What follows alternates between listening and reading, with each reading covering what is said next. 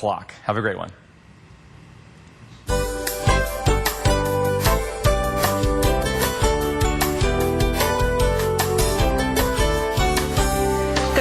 After 9, and we are all about getting you moving and getting you off the couch. Well, at 10, not now, because you're busy now. So we brought in Josh Brennan, the head trainer of Survivor Bootcamp, to talk about, first of all, Bootcamp. It sounds kind of scary, Josh, but it really just means getting out with a group, having set times to work out, and committing yourself to either 4 or 6 weeks. Yeah, 4 or 6 weeks. You can go 2, 3, or 5 days a week, depending on if you're feeling that good about it.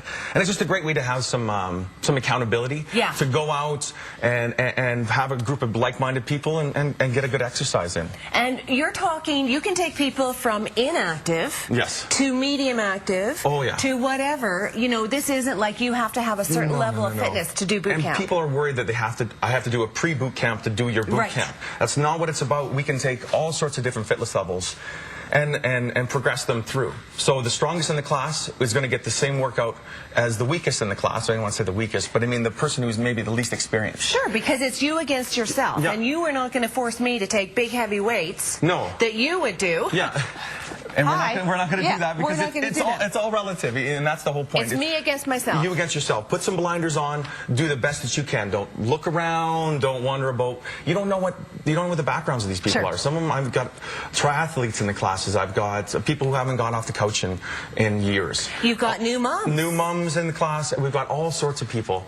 And that being said, that just come in with a good open mind, that you want to maybe attain a goal, move yourself forward and get a little bit fitter. That's it. Okay, and we're outside. We're outside. In boot camps. We're not at the gym working with equipment, so to speak, because this is, and there's a real move towards functional fitness. Functional fitness, and that's a lot of what I like to do is functional fitness. I mean, what's going to make your day-to-day life easier? I mean, a squat is a big part of your life. Push-ups, core strength. I mean, core is the most functional side that you can get into. I mean, having that as a base can help you move forward in your day-to-day workouts. Okay, you brought in some weights. I brought in some weights. Give us an idea of some moves, and then show us what you can do from inactive to. Okay, so if I would start anyone showing them what a squat is. So with a squat side, I'm going to put my feet at a normal, just shoulder width apart.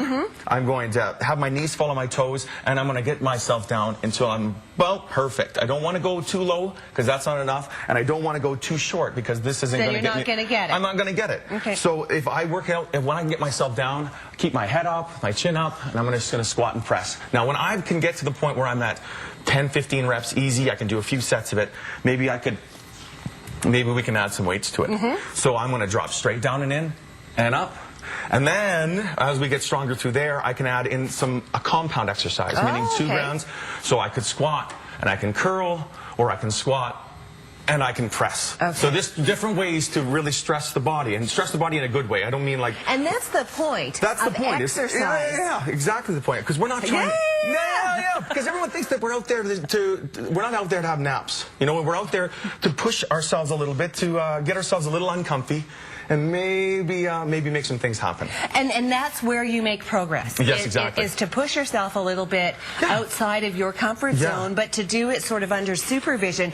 So we're not talking weekend warriors. You get out and you lift 500 pounds, and then you can't move for 5 days. Yeah, we're out here looking for people to just think that maybe next day I can do a little bit more, and a little bit more, and I can go a little bit faster, and I can increase my intensity relative to my fitness ability.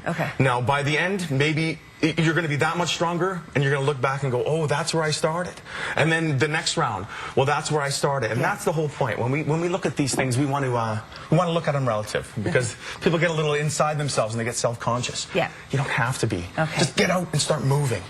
Do you think he could motivate you at all? Because I'm thinking that maybe he could. More tips from Josh. Check out SurvivorBootcamp.com and get all the